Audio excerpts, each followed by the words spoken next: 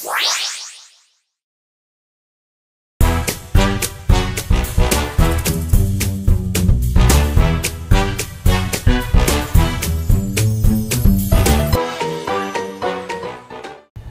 Assalamualaikum warahmatullahi wabarakatuh. Selamat pagi semuanya.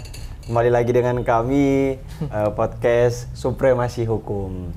Jadi teman-teman, kali ini kita akan membawakan satu tema yang sangat luar biasa dari teman-teman Supremasi Hukum. Ini membuat tema soal politik dan pemilu 2024. Oke, jadi hari ini juga sudah ada pemateri bersama saya, Bang Danot, selaku demisioner atau senior dari Supremasi Hukum, Komisariat Supremasi Hukum. Bang Danot, halo, apa kabar? Halo, Bang Danot? guys.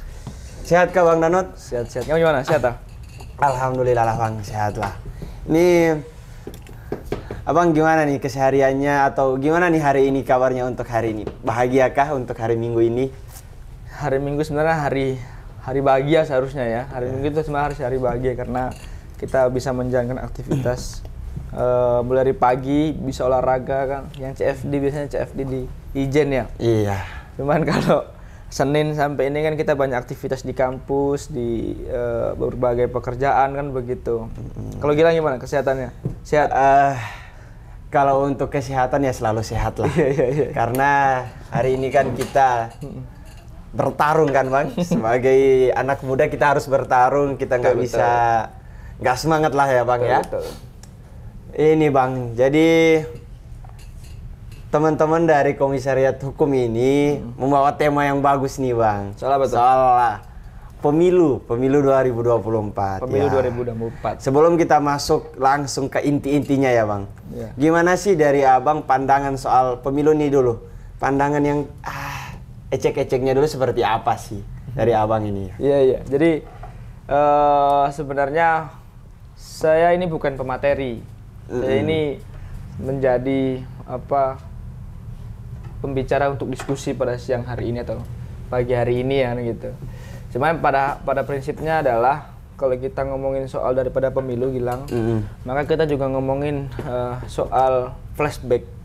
Jadi karena pemilu kan terjadi di bulan apa? Bulan Maret ya.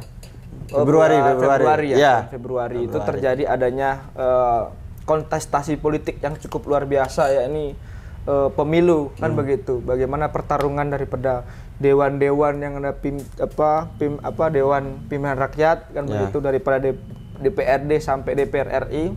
Lalu kemudian ngomongin soal calon presiden dan calon wakil presiden yang kemarin ada 3 calon ya. 01, 02, 03 kan begitu. Pada akhirnya kita akan flashback. Kita akan flashback pada proses pemilu yang terjadi atau adanya pemilu di 2024 itu. Pada prinsipnya kan kita sebagai mahasiswa atau kader IMM harus terus mengamati bagaimana proses pemilu yang terjadi, bagaimana proses demokrasi ini akan terus tetap berjalan dengan adanya pemilu itu kan begitu. Kalau ngomongin soal politik ya jelas bahwa pemilu bagian daripada politik untuk mencapai sebuah tujuan itu sendiri kan begitu politik. Nah, jadi sebenarnya kalau dalam proses pemilu yang terjadi kemarin itu, nah ini cukup menarik sebenarnya. Proses pemilu yang terjadi karena mulai dari pada pencalonan ya kan sempat rame kan gitu. Dari mulai pencalonan sampai kemudian ada serangan black campaign kan begitu. Serangan ke sana kemari kan gitu sampai pada perkubu-kubuan antara masyarakat dengan masyarakat yang lain saling mendukung calon pasangannya masing-masing ya kan. Kalau bilang harapannya kalau di 2014 kalau nggak salah itu ada kecebong kampret kan gitu. Ada pendukung daripada Prabowo dan Jokowi kan gitu. Cuman pada kemarin karena 3 calon sebenarnya itu bisa sangat berkembang ya daripada pencalonan yang terjadi. Mulai dari pencalonan itu sebenarnya ketika melihat banyaknya persoalan terkait dengan pencalonan, maka kita tidak bisa melepaskan pencalonan itu pada soal misalnya salah satunya yang kemarin sempat ramai adalah tentang merubahnya aturan daripada undang-undang pemilu itu kan gitu. Pada prinsipnya kita sebagai mahasiswa harus terus mengkritisi daripada proses pemilu atau proses politik yang terjadi. Misalnya kalau memang dalam proses yang terjadi soal pencalonan itu memang menjadi kendala atau menjadi ada persoalan, maka kita sebagai mahasiswa harus terus mengkritisi itu. Apakah emang itu secara hukum dan aturan undang-undang pemilu disahkan kan begitu atau bisa dilakukan kan begitu. Karena kemarin sempat berdebatkan adalah bagaimana undang-undang pemilu ini ya kan itu belum dirubah, sedangkan MK sudah memutuskan kan begitu. MK memutuskan ternyata undang-undang pemilu belum dirubah. Tapi pada undang-undang pemilu belum dirubah, ya kan? Tapi sudah tercalonkan kan begitu. Itu yang menjadi persoalan juga sebenarnya. Tapi pada akhirnya kan kemarin sampai pada tahap itu kan teman-teman mengetahui juga proses yang terjadi hingga pada akhirnya kan ada gugatan atau permohonan pelanggaran di MK kan begitu. Hingga terpilihnya daripada presiden dan wakil presiden kita di 2024 ke 2029 kan begitu ya. Makanya kita memang harus menghargai daripada keputusan MK, keputusan daripada aparatur negara hakim MK kan begitu. Cuman itu menjadi sebuah flashback yang cukup riskan kan begitu. Maksudnya riskan dalam artian artinya kita akan melihat demokrasi seperti apa kan begitu. Makanya kalau kamu tanya ngomongin soal pemilu kemarin sebenarnya ada soal yang memang itu menjadi suatu perdebatan. Ada memang itu menjadi salah satu bentuk bagusnya demokrasi di Indonesia. Karena bagaimanapun pemilu itu salah satu bentuk demokrasi yang cukup bagus untuk Indonesia. Semua hak atau semua orang punya hak untuk memilih siapa yang kira-kira memimpin Indonesia ke depan. Dan mahasiswa harus punya peran itu. Bilang. Oke Bang, jadi kan kalau Abang bilang mahasiswa harus mengambil peran nih dalam pemilu 2024. Betul. Yang kita tahu bahwa mahasiswa ini 52% loh Bang. Betul. 52% DPT daftar pemilih tetapnya. Betul. Menurut Abang ini langkah konkret mahasiswa untuk mengawal proses atau setelah ini kan udah jatuhnya udah setelah kan. Betul. Gimana nih mahasiswa untuk ngawal untuk proses pemilu 2024? Apa langkah kita nih ya Bang? Betul. Jadi kalau mahasiswa dilihat daripada kondisinya hari ini, kita tidak bisa menutup kemungkinan ya kan bahwa adanya perkembangan teknologi ya kan itu menjadi soal yang berat bagi mahasiswa. Kenapa? Karena itu bisa menjadi kelebihan, bisa menjadi kekurangan. Ya kan? Kelebihannya gimana itu? Kelebihannya adalah teman-teman lebih gampang untuk mencari informasi, ya kan? Mencari informasi soal bagaimana kondisi pemilunya, bagaimana pencalonannya, bagaimana proses. Sehingga teman-teman bisa melihat, oh seperti ini pencalonan ketika pemilu, oh seperti ini kondisi pemilu hari ini, oh berapa ya persen yang telah mendukung daripada calon A, calon B, dan calon C misalnya kan. Nah, itu apa namanya kelebihannya ya kan. Kekurangannya adalah ketika mahasiswa itu tidak memiliki kesadaran yang apa namanya yang bagus ya kan, yang baik dalam ngomongin soal perkembangan ini. Jadi teknologi ya itu kan menjadi alat sebenarnya untuk kita mencari informasi. Nah, itu yang kemudian seharusnya mahasiswa punya khas untuk mengklasifikasikan antara mana informasi yang itu memang benar dan itu mana hoax kan begitu. Sehingga mahasiswa tahu dan melihat perkembangannya hari ini seperti apa. Sehingga dari situlah teman-teman mahasiswa bisa melihat dan menganalisa. Oh, ini proses terjadinya, proses pencalonannya udah jelas, ada persoalan. Oh, ini proses yang terjadi apa namanya ada kecurangan. Ini proses yang terjadi misalnya, oh ini misalnya calonnya masih sedikit, ya kan gitu. Nah, disitulah kemudian peran mahasiswa melihat bahwa ketika melihat adanya hal-hal yang memang itu tidak diperbolehkan secara undang-undang, maka teman-teman mahasiswa harus mengkritisi. Nah, perannya di mana?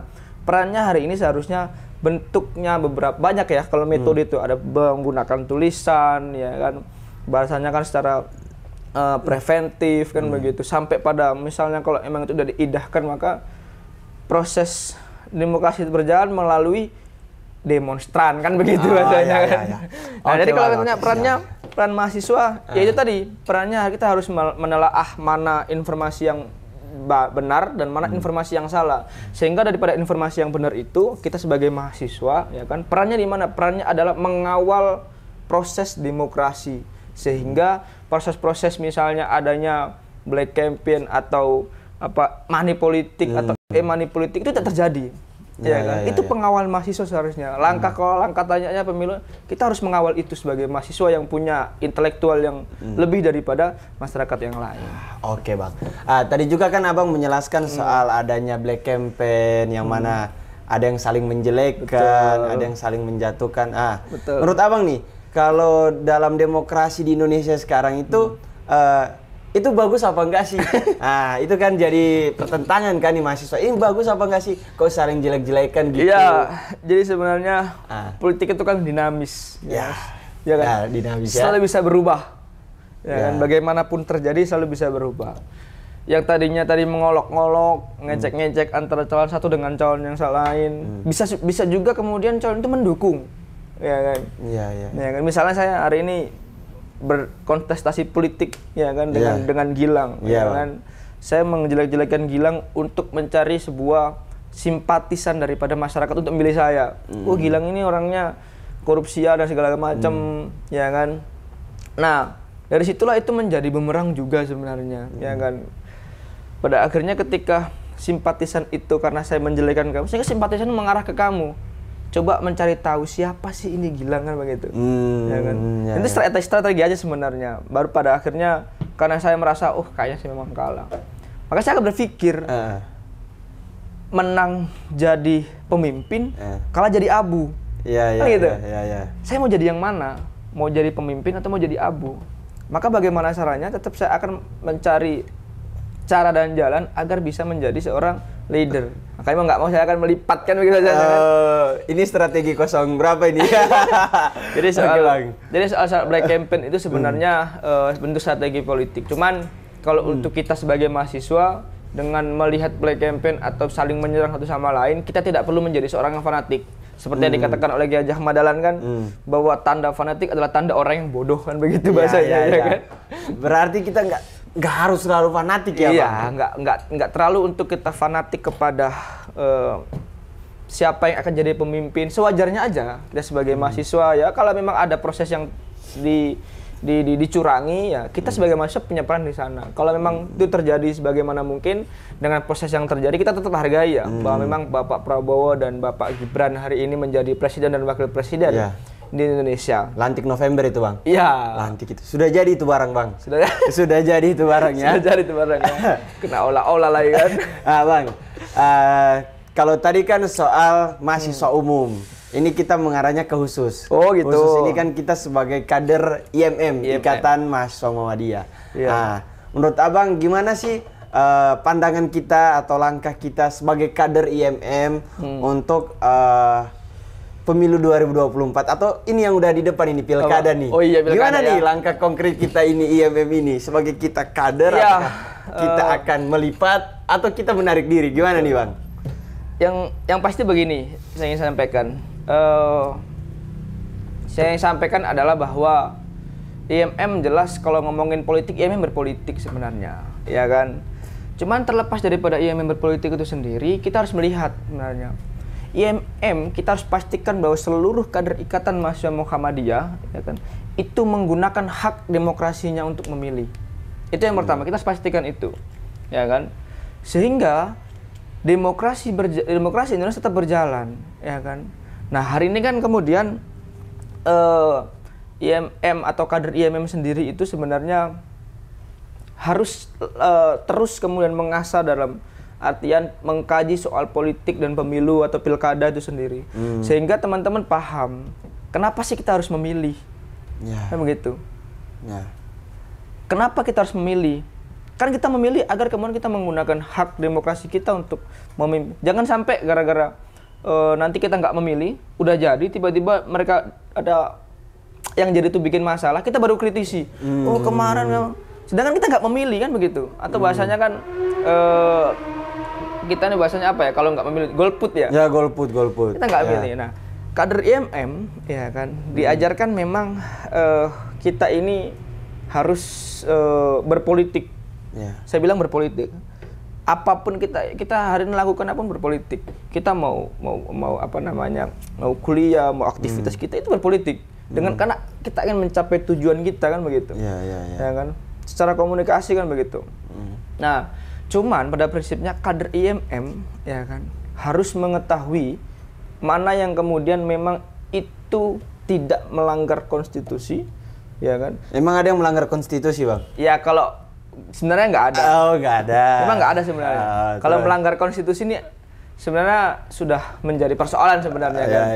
Cuma di sisi lain saya coba harapkan begini, bahwa kader IMM harus memiliki analisa politik yang harus tajam, harus kuat, sehingga melihat politik yang terjadi misalnya di pilkada ini ya. Pilkada. Kita akan tetap bahwasanya diaspora menjadi bentuk daripada IMM hari ini.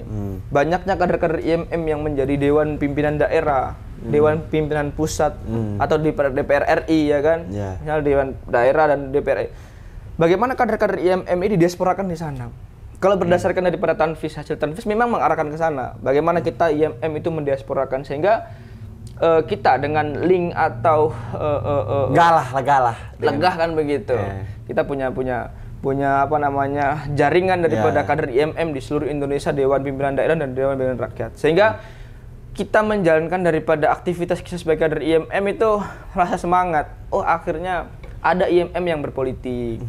Jadi IMM itu kan nggak semuanya politik sebenarnya. IMM itu nggak semuanya ya ngomongin intelektual sebenarnya. IMM nggak semuanya ngomongin soal agama sebenarnya. Jadi ada kemudian kader IMM yang suka berpolitik, ada kader IMM yang suka apa namanya agama, ada kader IMM yang suka ngomongin intelektual, ya kan tulis jurnal segala macam. Dan saya rasa kemudian melihat kader supremasi hari ini punya itu. Ya kan, melihat bahwa kader IMM supremasi ya punya itu. Yang melihat kan baru kemudian melihat ada beberapa kader supremasi yang bikin jurnal. Sehingga baru kemarin si Yogi itu sampai lulus jurnal dan tanpa skripsi kan begitu. Dan saya harap kemudian kader IMM di situ. Jadi kalau teman-teman IMM supremasi melihat adanya bentuk politik atau proses demokrasi atau pilkada itu yang nggak sesuai daripada konstitusi dan undang-undang, itulah menjadi bahan. Kita sebagai anak hukum melihat undang-undang itu tidak sesuai kan begitu. Itu bisa menjadi tulisan yang bagus misalnya, ataupun persoalan berarti black campaign, penyerangan satu sama lain, ya kan, sehingga apa namanya melihat kestabilitasan daripada masyarakat hari ini kurang. Kok bisanya berantem gitu kan gitu? Kita bisa menganalisa kira-kira apa yang bikin berantem. Nah, kader IMM harus punya analisa yang kuat seperti itu, ngomongin soal pemilu atau pilkada itu, sehingga teman-teman menggunakan kritisnya. Kalau saya kader supremasi, saya berharapnya di sana bikin sebuah tulisan yang itu mengarah kepada keintelektual daripada supremasi di ranah hukum kan begitu. Karena ngomongin hukum ini ya alasnya semua kan begitu. Nah, saya harapnya di situ. Dan untungnya kader supremasi dengan LSO ya, Lembaga Semi Otonom Supremasi Akademia, ya kan, itu kan punya program yang namanya pembuatan jurnal segala macam. Saya bersyukurnya di sana. Kalau dulu saya komisariat nggak ada Supremasi Akademia. Nggak ada ya, Bang ya? Saya nggak ada Supremasi Akademia. Cuman saya berharap dan juga menginginkan memang Supremasi Akademia menjadi wadah untuk kawan-kawan menulis sehingga bisa. Jadi gini loh, sederhana. Sederhananya adalah ada yang mudah ngapain cari yang susah gitu. Ya gitu. Kan? Ini kita mau datang ke UMM masih lewat kota dulu, lewat Berjosari sih. Padahal langsung kiri sini udah cepet lah, Bang. Iya, jadi kita akan melihat kondisi kita, mengetahui keilmuan hukum, terus kita bikin tulisan, itu sangat mudah lah bagi saya. Makanya teman-teman harus belajar ngomongin penulisan. Nah, itu kalau kamu tanya IMM jelas berpolitik. Tapi IMM tidak boleh, ya kan, tidak boleh melanggar daripada konstitusi, agama, syariat dan sebagainya dalam berpolitik. Misalnya contoh ketika IMM itu menjual organisasinya. Itu gimana itu kalau dijual-jual kan, gitu itu, Bang? Masalah dijual ini, Gilang juga olah betul Gilang ini ya. Jadi apanya yang dijual itu ya? Maksudnya jangan sampai kemudian IMM ini dengan massa yang cukup banyak di Indonesia diklaim atau gitu daerah, kan begitu diklaim bahwa IMM siap untuk mendukung si A, kan nggak bagus juga. Semua kan orang punya hak untuk berpolitik, orang punya hak untuk memilih kan begitu. saya dengan kamu sama-sama kader IMM, tapi Iya. kamu dengan saya juga punya hak untuk memilih siapa, kan begitu. Punya pandangan politik yang Betul. berbeda. Setidaknya begini, poin paling penting adalah IMM itu memberikan narasi, ya kan, kepada setiap calon orang yang mencalonkan itu, calon dewan pimpinan daerah, dewan pimpinan RI. Narasi yang dimaksud adalah narasi untuk kemajuan Indonesia, ya kan. Misalnya ada politik praktis apa politik nilai. Ya. Ya, cuman kekurangan pertanyaanmu ada subjeknya aja yang kurang. Oke, ini objek dulu. Pertanyaanmu subjeknya aja yang kurang. Kalau kamu tanya dalam ranah mahasiswa secara umum, ya kan? Kalau mau politik praktis atau politik nilai, Secara IMM-nya Bang, khususnya IMM lah. Kalau begini kan jelas. Ini jelas ya IMM-nya, supaya abang juga aman ya. Oke, politik praktis lah. Serang netizen nanti ini.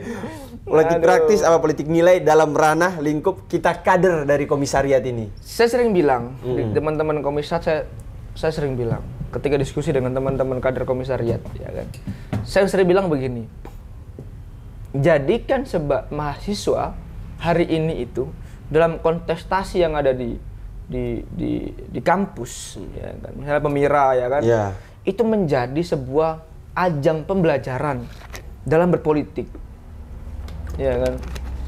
Kenapa saya bilang begitu, Gilang? Karena hari ini kita melihat, ya kan, Presiden mahasiswa hari ini Universitas Muhammadiyah Malang, ya kan, daripada kader IMM juga, ya kan, itu kan artinya bahwa kita ini tetap harus mengedepankan daripada politik nilai, ya kan.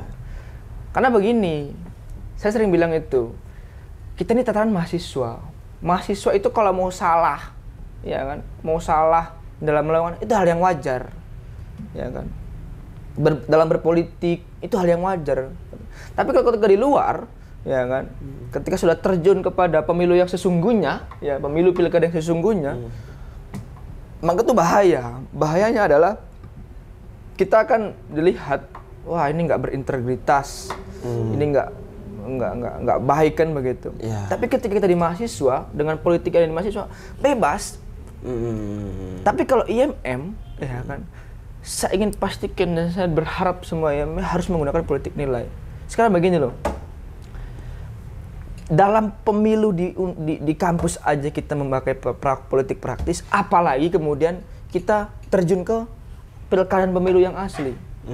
Ya kan? Saya nggak bisa membayangkannya. Kalau dalam ranah Pemira misalnya, dalam politik yang ada di kampus misal, itu sudah menggunakan politik praktis. Dan itu akan menjadi hal yang terbiasa ketika teman-teman sudah keluar. Maka jangan salahkan, kalau saya pikir jangan salahkan orang yang korupsi di luar itu. Karena merasa bahwa dari awal itu diajarkan untuk politik praktis, uang dan uang. Tapi kira kita harus mengedepankan politik nilai. Karena dari nilai itulah kita akan terbiasa. Setidaknya kita ketika nanti jadi DPR, jadi DPD, jadi pilkada segala macam, bupati, wali kota, saya yakinkan ya, di sisi lain dalam hati yang paling dalam itu masih ada nilai yang ingin kita bawa. Kenapa? Karena mulai dari mahasiswa kita sudah diajarkan, dari IMM kita diajarkan kita harus menggunakan politik nilai. Politik nilai yang dimaksud adalah itu menandakan atau memasukkan dalam hal-hal yang ada di keagamaan, kemahasiswaan dan kemasyarakatan. Bagaimana keagamaan ini akan tetap berjalan, keintelektual kemahasiswaan ini dalam ranah keilmuan itu tetap berjalankan, dalam ranah yang ada di masyarakat harus kita lakukan pemberdayaan. Kalau tataran kampus begitu ya. Kalau tataran daripada DPRD, DPR RI, pilkada, bupati, wali kota, maka mereka sudah berpikir, oh dulu aku ketika di kampus menggunakan politik nilai-nilainya adalah kemasyarakatan, keintelektualan atau kemahasiswaan dan keagamaan. Maka ketika saya jadi DPR, jadi DPD misalnya, ya kan? Amin ya. Amin. Saya pilih nanti. Gorontalo. Tapi calonnya di Gorontalo ya. Oke. Jadi saya harus nikah dengan orang Gorontalo. Amin. Nanti saya telepon ya. Oke. Lanjut. Ya, misalnya saya menjadi di dewan misalnya kan. Karena saya terbiasa di kampus itu menggunakan politik nilai, ya kan? Ada nilai yang saya bawa. Dari IMM ada nilai yang saya bawa, ya kan? Maka orang melihat, oh nilai ini bagus gitu. Dan tidak semuanya ngomongin soal kamu tak kasih uang milih saya. Kamu tak kasih proyek milih saya. Kan begitu. Proyek apa itu Bang biasa? Nah makanya saya rasa di IMM ketika terbiasa menggunakan politik nilai, meskipun setidaknya saya nggak tahu ya, nanti ketika jadi DPR saya nggak bisa memastikan diri saya untuk meskipun nanti saya di DPR saya tidak akan menggunakan politik praktis, saya nggak tahu, ya kan? Karena saya belum pernah merasakan bagaimana kontestasi politik yang sesungguhnya, ya kan? Saya maksudnya tidak bisa memastikan bahwa diri saya. Cuma saya pastikan bahwa saya akan membawa nilai sedikit banyaknya, sekecil sebesar sebanyaknya, saya akan membawa nilai yang akan saya berikan kepada masyarakat atau mahasiswa. Ya kan begitu. Oke. Kalau kamu tanya poinnya politik nilai, kita politik nilai ya Bang. Kalian tataran mahasiswa dan kader IMM hari ini harus menggunakan politik nilai. Kalau ada IMM misalnya menggunakan politik praktis, ya kan, maka apa? Seharusnya kita sebagai kader, sama-sama kader mengingatkan, setidaknya politik praktis yang kamu gunakan itu ada nilai yang harus dibawa. Kita nggak melarang kok. Karena politik praktis dan segala macam itu hak daripada. Ya kan tadi saya sampaikan jangan sampai bawa nama IMM dan jual organisasi, dan satu lagi ya kan harus tetap membawa nilai daripada IMM.